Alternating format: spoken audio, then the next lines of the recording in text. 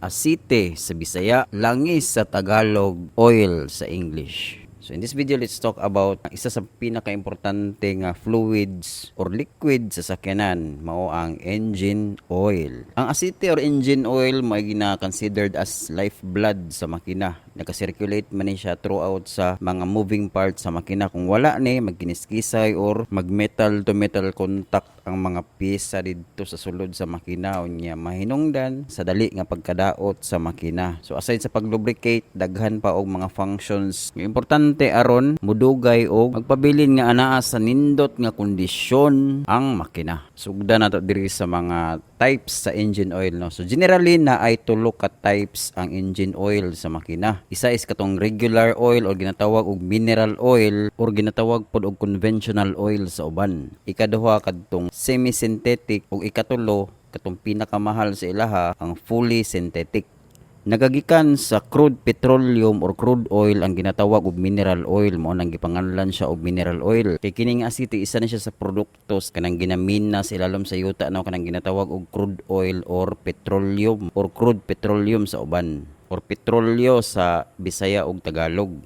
So isa na siya sa ato ang madungog sa balita, no, kaning mahal ang gasolina ug krudo tungod kay ning mahal ang presyo sa petrolyo or per barrel sa petroleum. Kay gikan dito sa laing nasod, petroleum man na siya nya ginadala sa uban nasod or diri sa Pilipinas, unya gina-refine sa mga ginatawag og oil refineries, no. Nya didto gina-apply nila tong ginatawag og fractional distillation, and then ma-separate na dayon gikan sa petroleum ang kadtong krudo, gasolina, maparegular man na or premium, kanang kerosene or gas nga ginatubil sa mga lampara sa una ug panghaling. Diha pod gikan ang grasa ug apil na pod ng spalto nga kasagaran ginagamit pang kalsada ug daghan pa. Subot pasabot ang mineral oil ginamina gid siya didto sa ilalom sa yuta, gi-refine o gibutangan og mga additives para mahimong suitable or pwede na itubil sa makina. On the other hand, ang synthetic oil pod ginaproduce ni siya didto sa laboratory sa mga chemical engineers. Na daw gihapoy mga ginagmay nga mga crude oil or petroleum nga gigamit para sa raw materials sa synthetic oil, pero mostly sa iyahang mga chemical compositions is purely synthetic or artificial or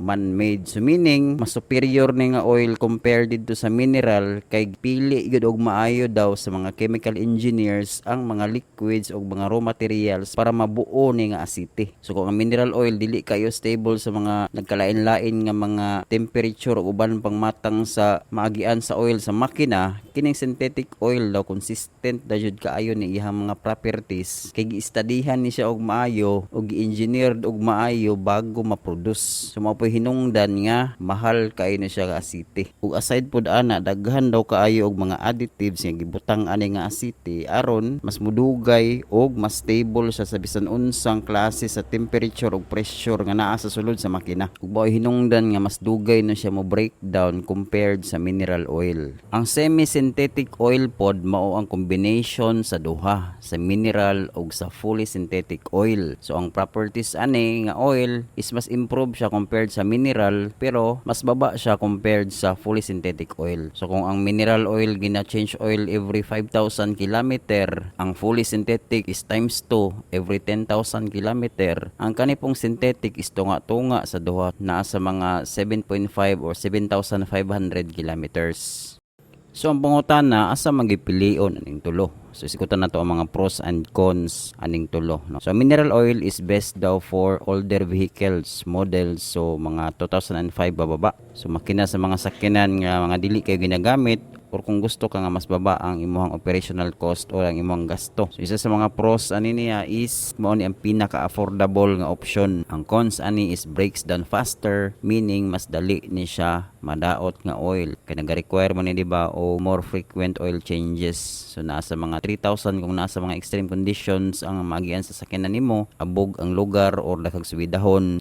Mga regular driving conditions is 5,000 kilometer. And nagaprovide ni siya og mas less nga protection against sa kainit o kanang ginatawag og mga sludge o kanang bitang mutibugol ang asite. So mas mutibugol ni siya or mas mugahi ni siya compared sa katong duha ka option. So finally, ang kini nga oil is suitable lang daw para sa mga karaan nga mga sakyanan or kung wala jud kay budget unya dili lang kayo nimo ginagamit ang sakyanan sa mga extreme conditions. Next is semi-synthetic oil or ginatawag pod og synthetic blend oil. So best na siya for daily city commuting, mga light duty driving, mga city driving lang. Ug dito sa mga older cars nga wala nag-require og fully synthetic pero nag-require og much better nga protection kaysa sa mineral oils. Ang pros ani is mo ni ang middle ground daw or katuntunga-tunga sa duha nga naga-offer og better performance kaysa sa mineral oil pero mas baba ang ihang presyo kumpara sa fully synthetic. Ug nagalast daw ni along 5,000 to 7,500 kilometers. So 5,000 kung mga extreme conditions, then regular driving is 7,000 to 7,500 kilometer.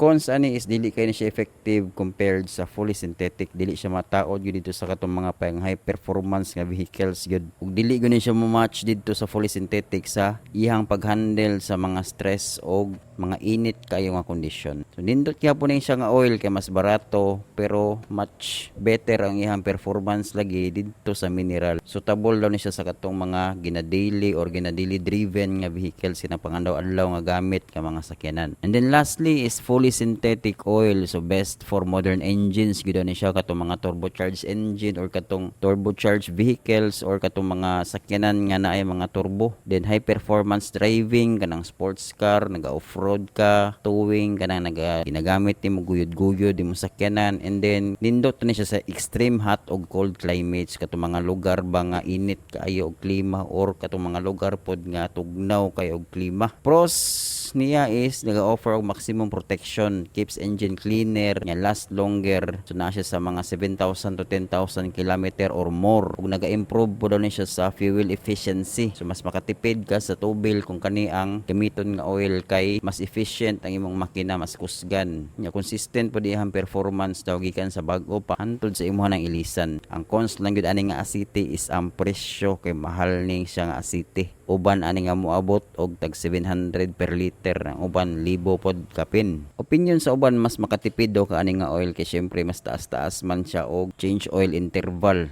No, kay times 2 man siya dito compared sa mineral. Syempre sa labor pod mas makasave ka kay kaisa ra maka mag-change oil sa 10,000 nga madagan sa sakyanan, no, once every 10,000 raman. Pero hinuon kung wala jud kay on the spot nga budget nya, dili kay kahasulan magsige change oil 3 to 5 months or 3 to 6 months, go for mineral oil pero choice gihapon na nimo. Pero og imong sakyanan is high performance katong mga mahalon sports car pang off-road or bisag unsa nga gamit sa sakyanan nga or ginagamit nimo ang sakyanan sa extreme condition, extreme weather, init kay inyong lugar or bugnaw kaayo, much better or the best ang fully synthetic oil. Pero kung tama ra imong budget gyud, dito ka sa semi-synthetic, tunga-tunga man to sa duha. Pero kung naa kay sakyanan nga dili kayo ginagamit nga kanang tagsara, tractor ba unsa ba pang farm lang or pamalingke lang, go for mineral oil. Or kung unsay gi-require sa manual or sa manufacturer ana nga sakyanan, mao po dapat good pod sundon.